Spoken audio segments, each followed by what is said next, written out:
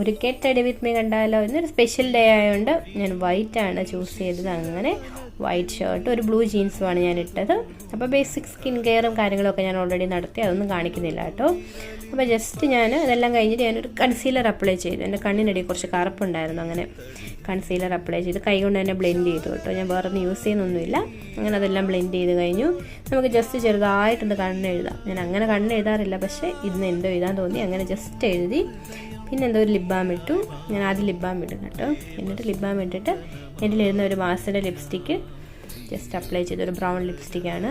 ചുമ്മാ അതിട്ടിട്ട് ഒരു wash out ആയിപ്പോയ പോലെ തോന്നിയത് കൊണ്ട് ഞാൻ അതിൻ്റെ പുറത്തൂടെ ഒരു ബ്രൗൺ ലിപ് ലൈനർ വെച്ച് ഒന്ന് വരച്ചു കൊടുത്തു. അപ്പോൾ കുഴപ്പമില്ലാത്ത പോലെ ഇരിപ്പുണ്ട്.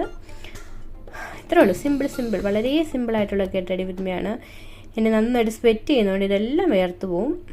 മുടി എപ്പത്തെ പോലെ പോണിറ്റെയിൽ. അത്രേ ഉള്ളൂ. ചെറിയൊരു get ready with me. Bye bye.